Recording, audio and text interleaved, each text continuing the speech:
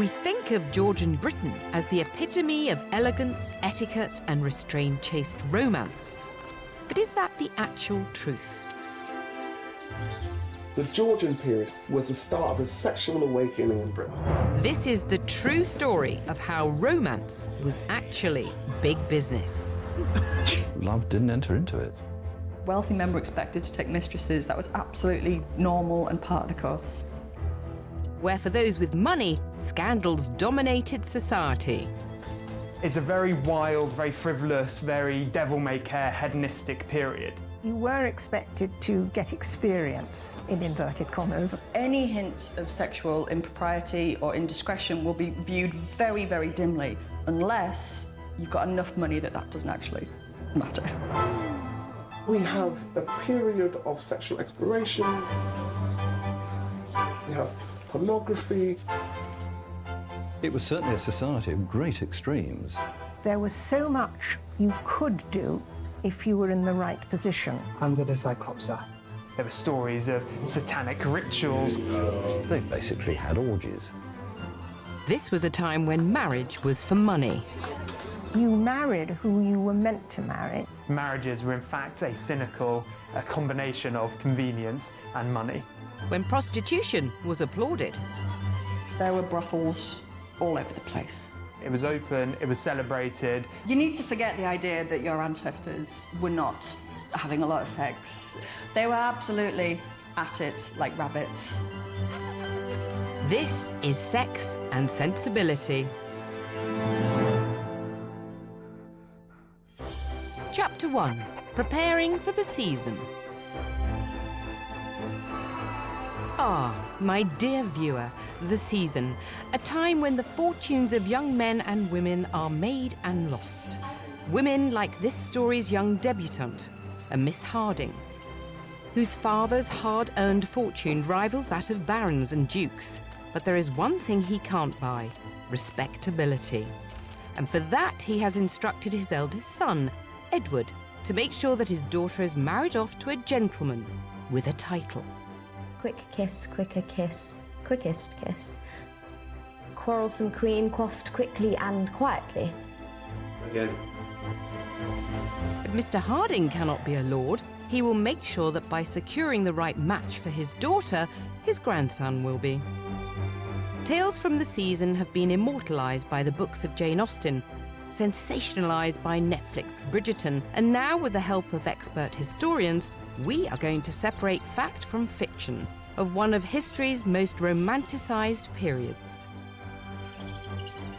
When Parliament sits, about 200 peers of the realm all descend on London for this period, and that tends to be from autumn, before the roads become too wet and rainy to be able to pass in the winter, and it carries on until the early spring.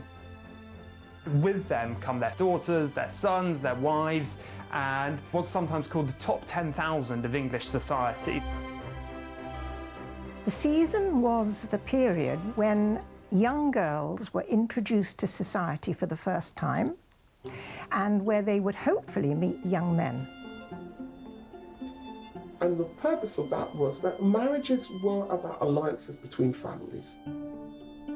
So if you were a debutante, you would arrive to enjoy a season in London, in town, and that would kind of be your introduction to the social scene of the aristocrats, and your best bet is to bag a rich husband. But what if you were an aristocratic gent whose fortune was running dry, like our Mr. Philip Banfield?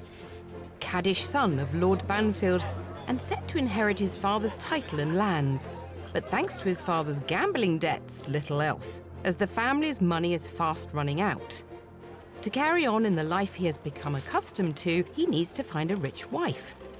For his plan to work, he must find a wealthy, innocent young girl and marry her before society discovers his coffers are almost empty. Sometimes the landed gentry lived beyond their means. They needed to bring in money. The young men would hope to find themselves a rich wife. Marriage is so different in Georgian Britain. The idea that you marry because you love somebody, oh, I've fallen in love, that is actually a really new idea in the scope of human history, because you didn't get married because you love somebody, you idiot. You got married because it was a financial deal. But we're getting ahead of ourselves. This chapter is about what went into preparing for the season, and that is very different for men and women.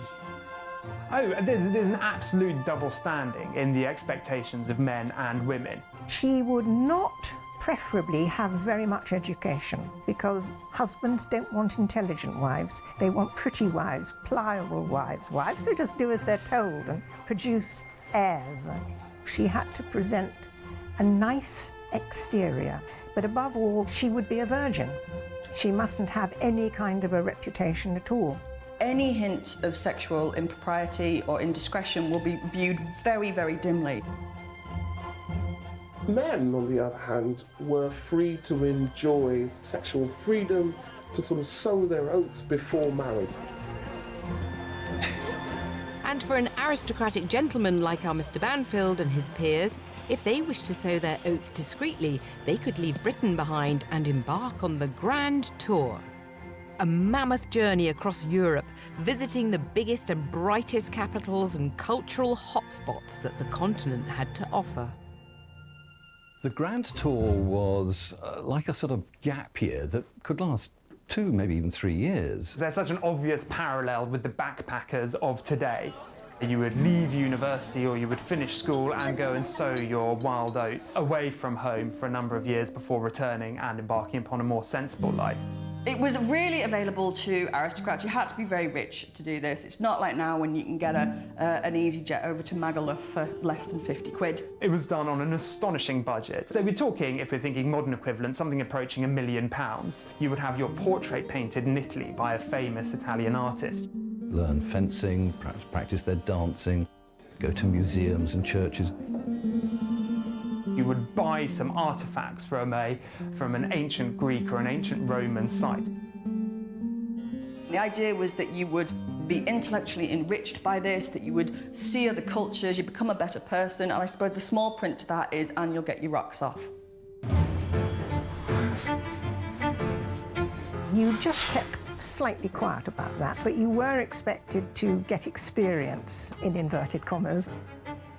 And then come home, often laden down with fake antiques and often a nasty little rash that they'd picked up in Venice.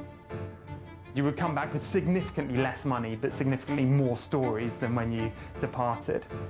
And when nobles like Mr. Banfield and his ilk had grown tired of trying to exhaust their family's fortunes by deflowering most of Europe, they returned home to meet Britain's debutantes, like the prim and proper Miss Harding, who'd been rigorously preparing for the season. All her education would be in learning how to dance, maybe speaking a little French. She would have had to learn how to play the piano a little bit. It was just to get that husband. With young girls prepped, primed and pruned for success, and young wealthy beaux suitably experienced to tackle married life, it was time for the season to begin. Chapter 2. The season begins.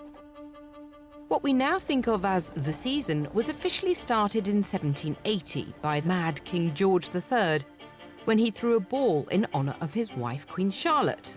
It was such a success that the season continued until 1958, when the now Queen Elizabeth II abolished the practice. It's believed the Duke of Edinburgh thought the whole thing was, quote, bloody daft. But in Georgian Britain, a good first season could make or break a family, like our social climbing Hardings. Terribly important to have a good first season, and you hoped you would only have one. You didn't want to return for a second or a third or a fourth. That was absolute social disaster.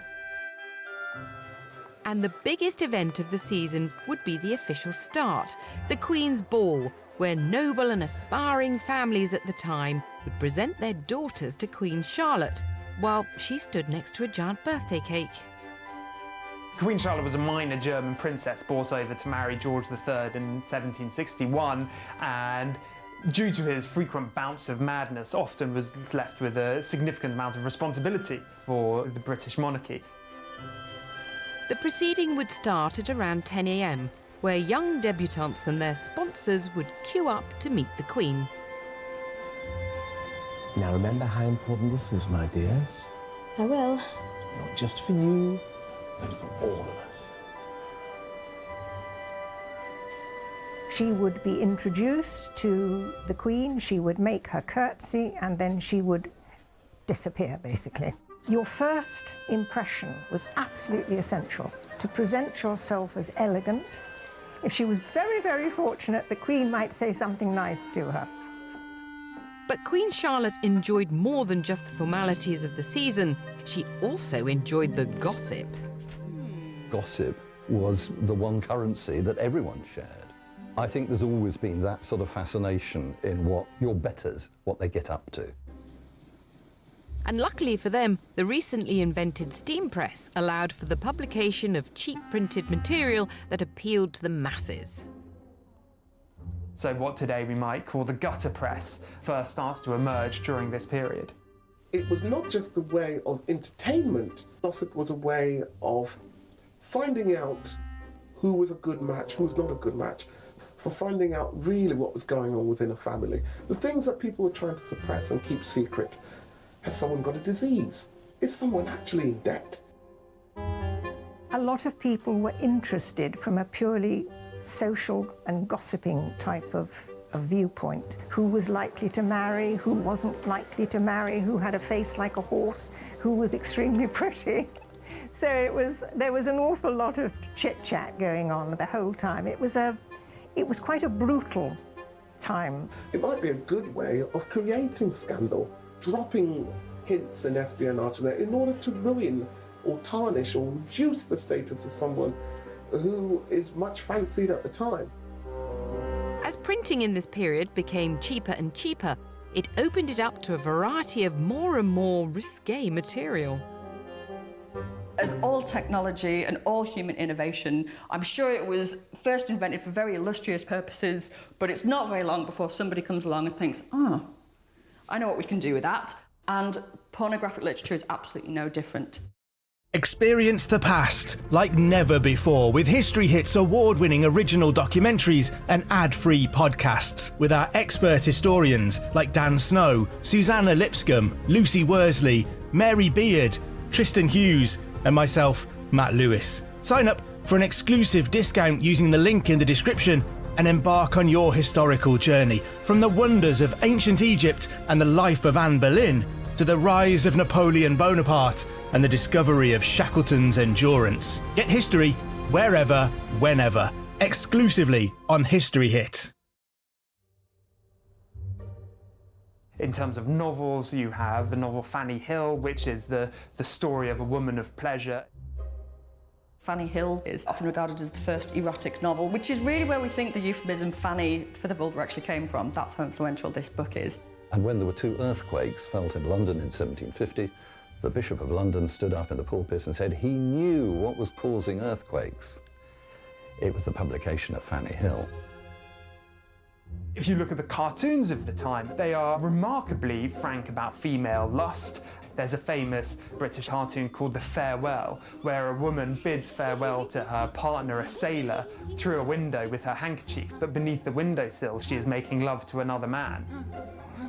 British pornography was ribald, rude, cheeky. So it's very much in the spirit of Carry On or Benny Hill. Compared to work on the continent, the erotica produced in Britain is something that even to our modern eyes today looks incredibly, hilariously even British. But then you've also got the Marquis de Sade, and he was on the continent. And if you think that people of the past can't be shocking with their sexuality, or if they weren't absolute dirtbags, then just read some of the Marquis de Sade's work, and it will still shock today. It's got the power to still do that. And not in a good way, not in a kind of, oh, that's rather saucy, in a kind of, it's not very nice at all.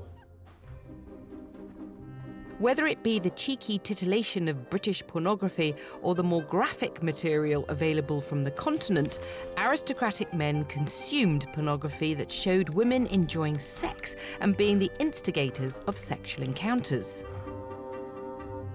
Even young ladies like Miss Harding would manage to get hold of some salacious material.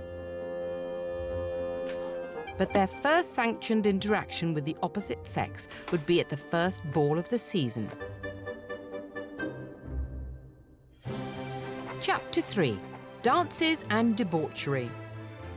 The season consisted of dinner parties and theatre trips, but the one event that merits the most lavish preparation and feverish gossip was that of the social balls. This is the moment when our sheltered Miss Harding officially meets the caddish Mr. Banfield, and the sexual tension is electric. The balls were where you were able to see your suitor, your potential match, flirt with them in a respectable way, but probably also check out their form, their movement, their grace, their style, their figures. Miss Harding, Mr. Banfield. shall we? Of course. For an experienced young man, the balls might have been a bit tame, but for a young woman, this moment was often transformative. The first time you might actually touch a member of the opposite sex was during the dancing. This is why dancing is so important, because it really was the preamble to courtship. For the debutante, this is the moment in which this carefully cloistered life and separation and carefully managed interaction with men, this is the moment when it's broken. The etiquette for dancing was, if you were invited by a gentleman to dance, he would fill in your dance card, so you were booked, as it were. A dance card that was full, that was good news. A dance card that was half empty, that was very bad news. Worse even than having an empty dance card was sitting as a wallflower on the benches without anybody coming to ask you to dance. If you were invited to dance by a man, then it was foolish to decline. You had to have a very good reason. May I have this dance? My ankle. You've hurt your ankle, you're tired, you're going to sit out. It didn't mean that you couldn't dance for the rest of the evening.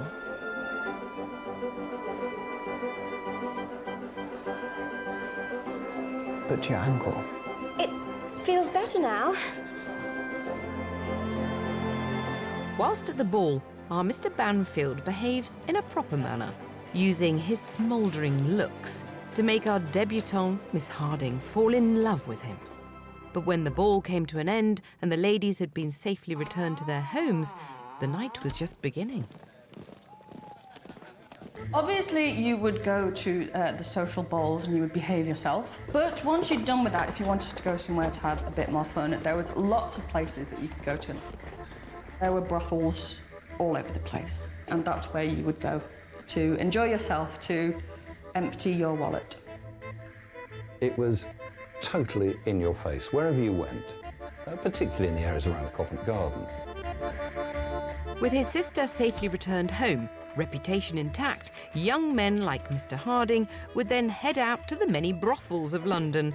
And knowing which ones to visit was made easier by the publication of one book in 1758, Jack Harris's List. Obviously, there's no internet. There is no Googleable place, where do I go? There's no Georgian Pornhub for this. But there were guides to the city available, brothel guides. And the idea was, with this sort of A to Z of whores, is that people could actually know in advance the age, the description, and the particular speciality of the girl concerned. This would be the guide that all of the aristocrats, all of the swells would take, and if you could go the Georgian equivalent of viral, that could make your business. So getting in this book was a big deal. Harris's List may have been a way to pre-select a woman to spend the night with, but some prostitutes had their own way of screening their clientele. Size seems to have been of some consequence. Certainly there was a woman in Harris's List. And Miss Corbett, this is what Harris has to say in regard to price. She has one fixed rule. She always measures a gentleman's maypole by a standard of 9 inches and expects a guinea for every inch it is short of full measure. And while aristocratic gents like Mr. Banfield were busy putting it about in the evening, during the day, his energies are focused on securing our wealthy young debutante for his wife. Chapter 4. It's a Date. One of the fondest pleasures of the era was watching young love blossom between two of society's most eligible. But as always during the period, a myriad of rules had to be adhered to after a first meeting at the ball. Well, what you hope is that they will do the polite thing and come and visit you the following morning to see that you're all right and to make it plain that he would very much appreciate meeting again. You stayed for a minimum of 15 minutes to indicate that this was the social call. But not any young man could invite a lady on a social outing. Only those with a title need bother calling on Miss Harding. And usually the families would know something about most of the young men that a girl was going to meet. They would have some background information, and somebody that they didn't know they would find out about before the girl was allowed to see him again. With his title in tow, Mr. Banfield has passed the first hurdle and will be allowed to officially court Miss Harding, but this was still very much controlled. The role of protecting a young girl's innocence was one of great responsibility, and in the absence of a suitable lady, this task has been entrusted to Miss Harding's elder brother, Edward. The right person for a chaperone, the person that would allow access, but at the same time guard a young woman against exploitation, would be someone who had already experienced the scene, know what it's about, know the risks, know that what a good suitor was, but also, in a sense, protect a young woman from an unhealthy situation in terms of her reputation. But alas, if history has taught us anything, it's that a young lustful heart cannot easily be tamed. And a brief lapse in their chaperone's attention allows our young sweethearts to share a moment of flirtation and intimacy. But other courting couples took much bigger and dangerous risks, and the reputation of a family of good standing for centuries could be brought to tatters for the sake of a fleeting fumble. At its worst, it would be pregnancy, which would then require a woman to leave the scene. The fallout from a pregnancy would be dealt with very differently, depending on whether you are male or female, rich or poor. Getting pregnant when you're not married was not good. If you didn't have that money, you were in a lot of trouble. You were in a lot of trouble. If you had a job, if you were a maid in a household, you'd almost certainly lose your job. And unfortunately, for those girls in service, if your pregnancy had the potential to ruin a social climbing family like our Hardings, you would be to blame no matter the circumstances. The life of a domestic servant in an aristocratic household would completely depend upon the nature of your master. If you had a lecherous, unpleasant, sexually aggressive master, your life could be horrendous. Men really did reckon that the world was there for their benefit. You were deemed their property, and if you bore them a child, then that was entirely acceptable behaviour on his part, and something that your family more likely would have to deal with. Often women were blamed for becoming pregnant, so that young woman was most likely to be dismissed from service, not only because she might be seen as the provocator, but also because she was an embarrassment to the family. This is my house, and I'll be dead and buried before I see it filled with the bastard children of some servant girl's accursed womb. Get out! Get out! For aristocratic families whose daughters had been deflowered by a gentleman, pressure could be piled on for a quick wedding. Probably the best that you could hope for is that you're pregnant with your betrothed's baby and that there can just be a very quick wedding and then you can both go, I know, it's so weird, but I gave birth after only 4 months of pregnancy, and move on. Happily, these sordid events were the thing of scandal and not the norm. But even good girls like Miss Harding in the flush of young love could be foolhardy. A scandal could be that you unfortunately sat out with a young man where you couldn't be seen, sounds pathetic, but that was frowned on. To be caught in a kissing situation or in a hugging situation was death. That was your social situation right down the pan.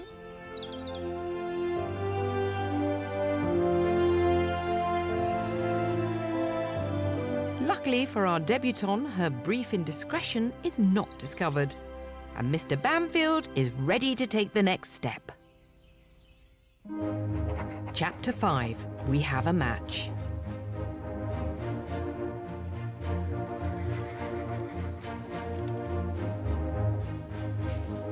Miss Harding.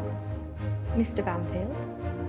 With young love in full bloom, Mr. Bamfield would make more regular calls on his intended, stealing moments of privacy in her opulent family home.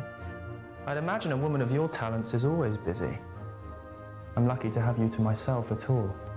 I don't think luck has anything to do with it. I'm grateful all the same. Until next time, Mr. Bamfield. Over the months of the season, Miss Harding has had a flurry of engagement offers from many rich and influential suitors, but her wealthy father is only interested in a husband who comes with a title. Georgian society was extremely hierarchical and structured. You have the royal family at the top, and then the royal dukes just below them. Then you have the aristocracy, which is about 500 noble families. And then below them you have the gentry, and that may be some 10,000 people. And then below them you have the merchants, you have the businessmen. At the very top of the tree for the period was its namesake, George for Georgian and Prince Regent for Regency. His mother, Queen Charlotte, may have been the focus of the season as we know it, but the apple fell far from the tree, as he was the most roguish king to ever sit on the British throne. George IV was a gorgeous young man, as a young man, very, very attractive, a real connoisseur of the arts, a ladies' man. He then, I'm afraid, became rather debauched. He was a real playboy prince, really enjoyed life on the town, and he had a succession of mistresses, and everyone put up with that, by and large. Like our Mr. Banfield, George IV knew firsthand that marriages were all about money, having been forced by Parliament to marry Princess Caroline Braunschweig, or Brunswick to the English ear, before they agreed to pay off his substantial debts, which amounted to more than £82 million in today's money. He spent one night with her, which resulted in one child, and he then refused to ever see her again. He was spending huge sums of money on the most ridiculous entertainments, which very often ended in chaos, as food was hurled around and ladies were half-dressed, shall we say. His own Prime Minister records that George IV eats a pigeon and beef pie, he drinks most of a bottle of white wine, he follows this up with champagne, brandy, port, and then has a dose of laudanum to ease his digestion. And almost as an aside, the Duke of Wellington mentions that the meal in question was breakfast. When he died, I think it was the Times newspaper that said there never was a man more despised by his fellow human beings than this dead king, which is quite an obituary.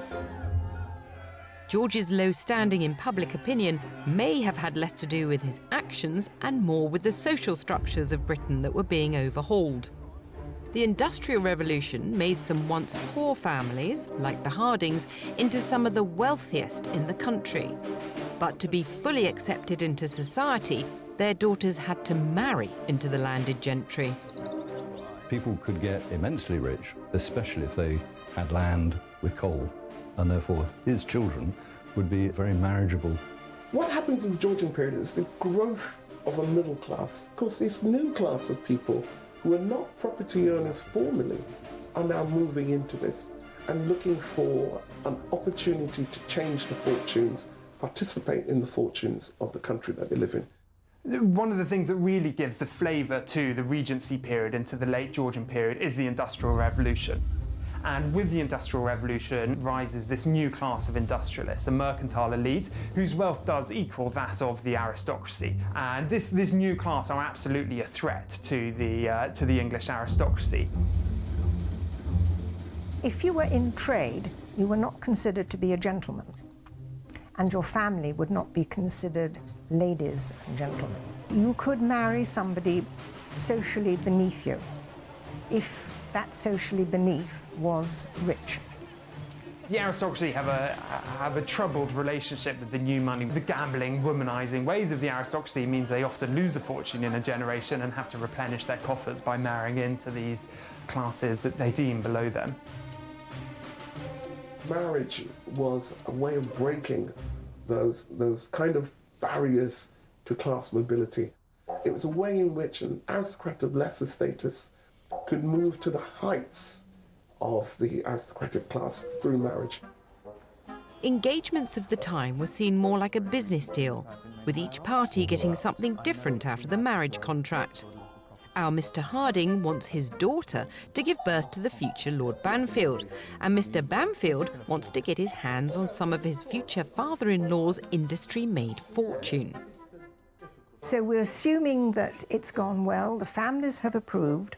The next stage is for the young man to go to the father, the girl's father, and say, I would like to marry your daughter. May I pay my addresses to her?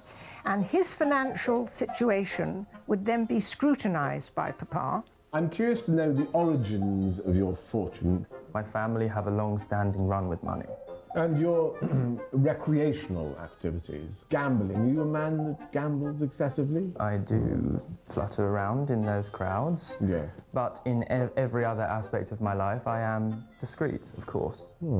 And if it was found satisfactory, then he would say, yes, dear boy, you may go and ask my daughter for her hand because I have given you my permission.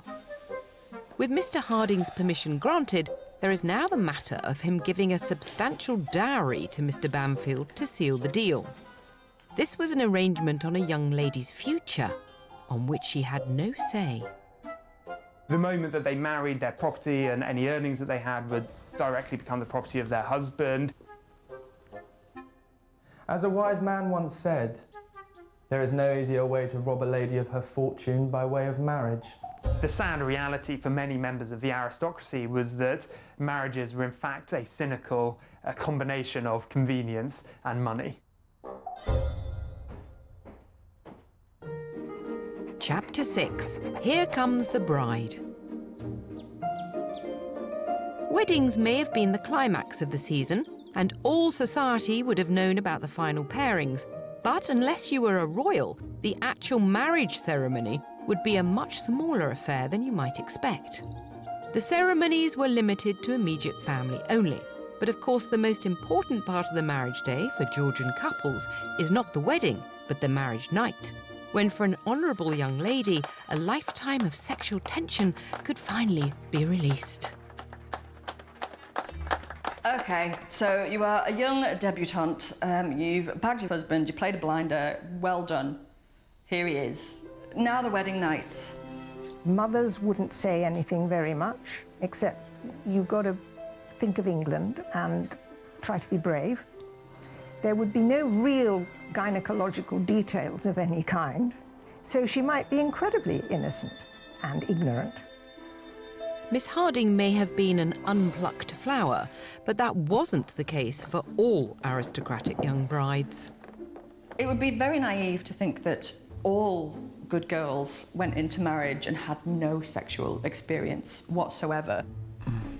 Of course, many of the women would have had some sexual experience before, but they would have been very discreet about it. Whatever she'd been exposed to had to convey enough of a sense of innocence. For a Georgian aristocrat, the moral probity of their potential wife was of paramount importance.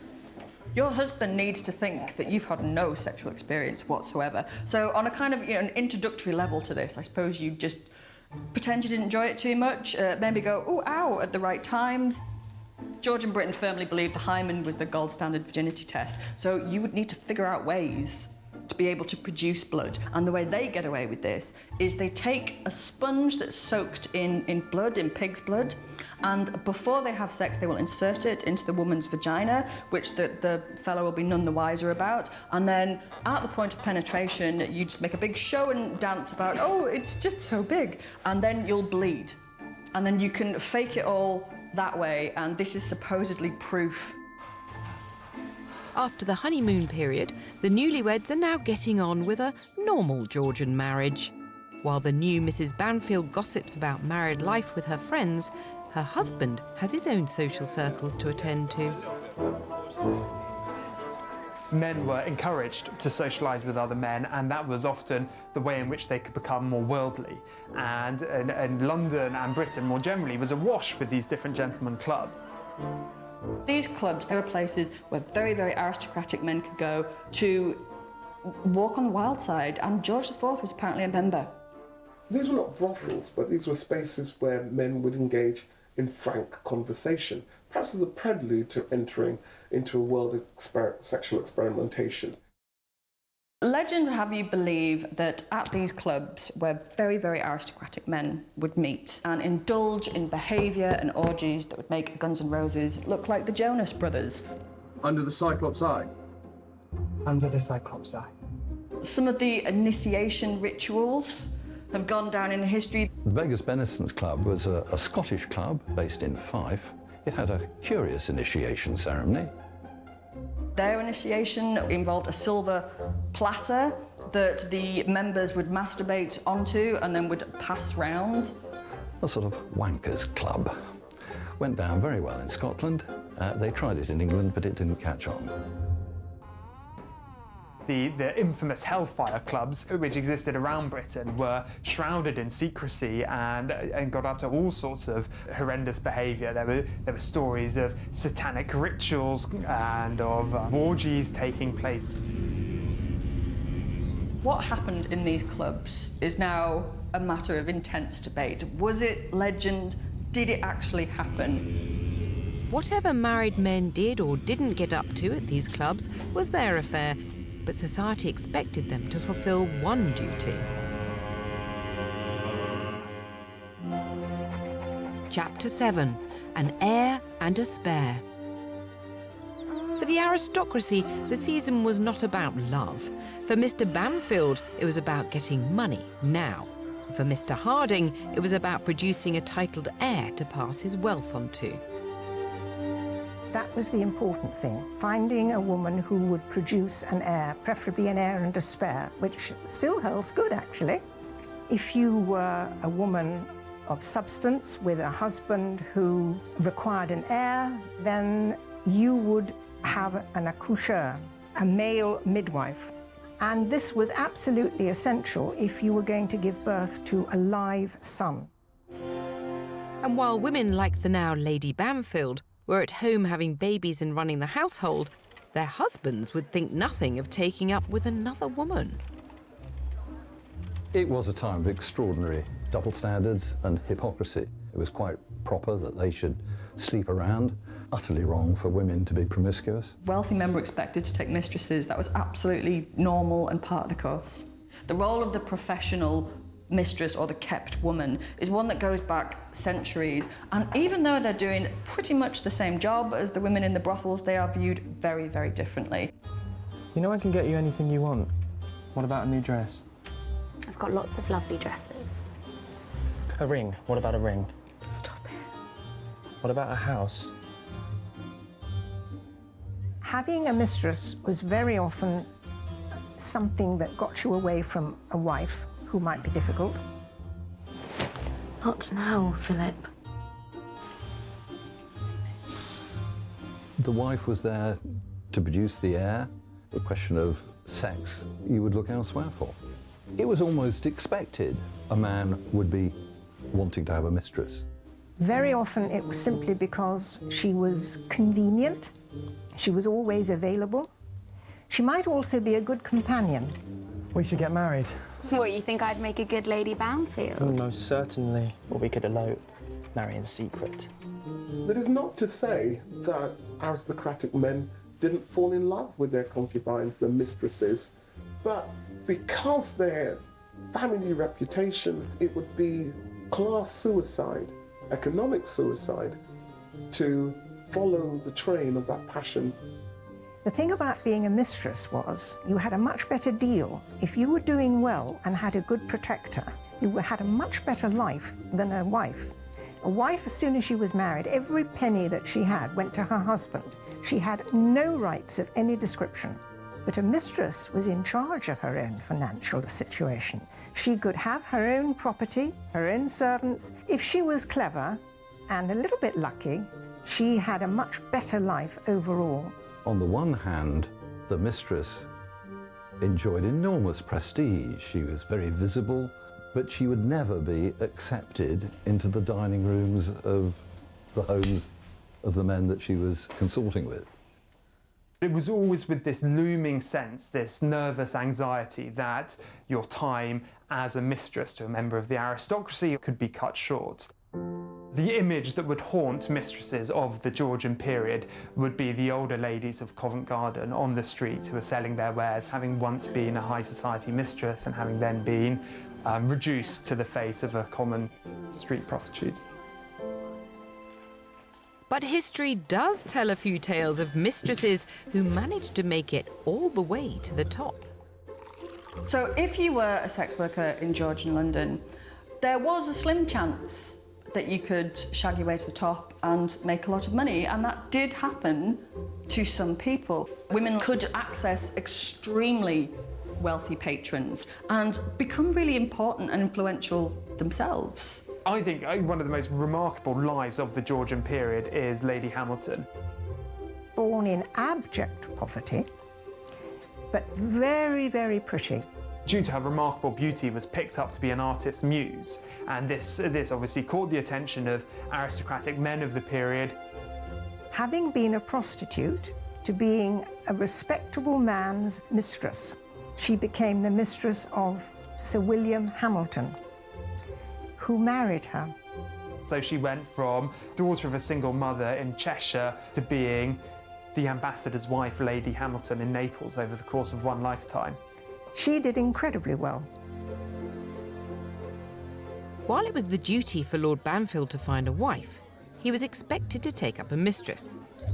But for some husbands, mistresses did not fulfill their lustful and romantic desires.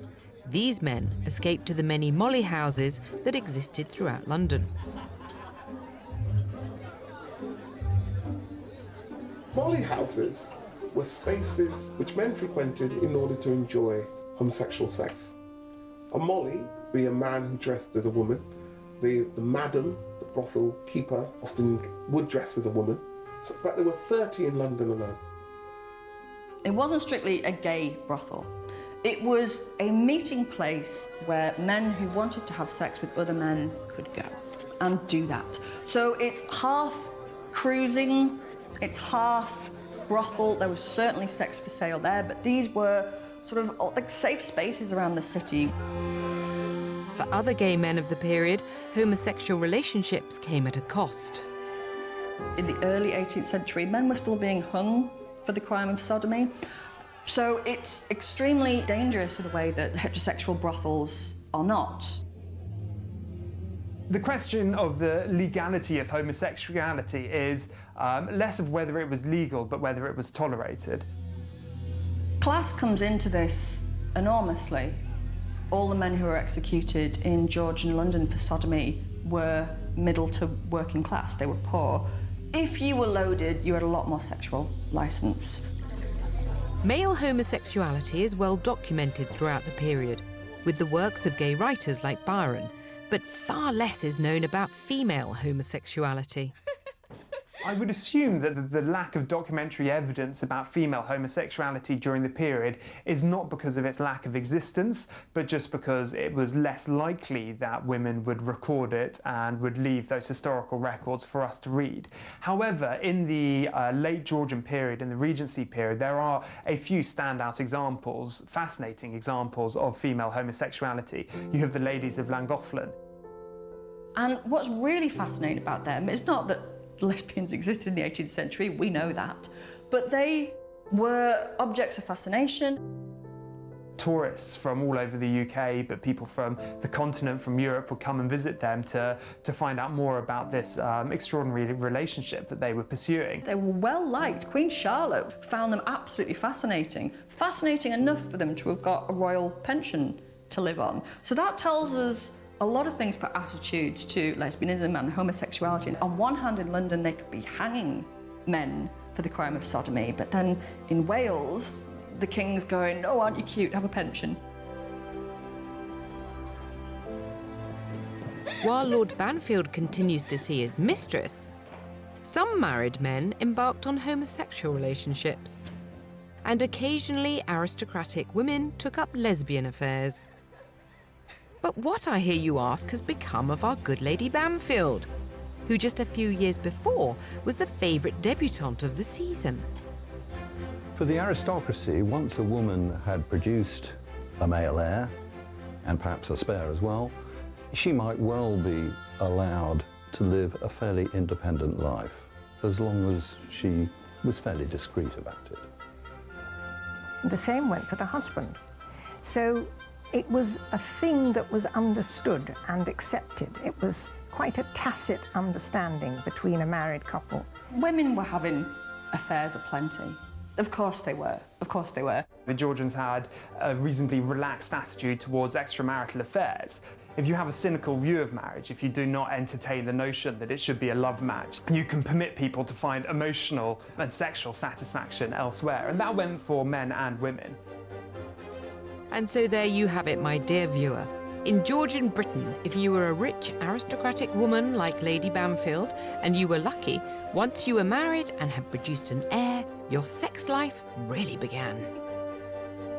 We often look at the 1960s as the start of the sexual revolution, the explosion of sexual awareness. Actually, the Georgian period, hundreds of years earlier, was the start of a sexual awakening in Britain. It certainly still resonates, doesn't it? It was, I think it was a very elegant time, a time of great change, and their lives aren't that different to our own nowadays. It was such a mixture. It was a period where there was so much you could do if you were in the right position, and so much, on the other hand, that you couldn't do. That transition from the wild, frolicking, devil-may-care Georgians to the more straight-laced, morally careful Regency period, I think creates a lot of the drama and a lot of the interest. On one hand, you've got very much your Jane Austen, Elizabeth Bennet, very, very prim and proper. And on the other hand, you've got all these people with their bloomers down, having an absolute whale of a time. And I think that's what I love about them, is this huge tension in this period, is they enjoy sex, they want to have sex, but just keep it quiet when you're doing it. It was a time of gentle romance and salacious scandal, a time of poverty and absolute wealth, a time of sex and sensibility.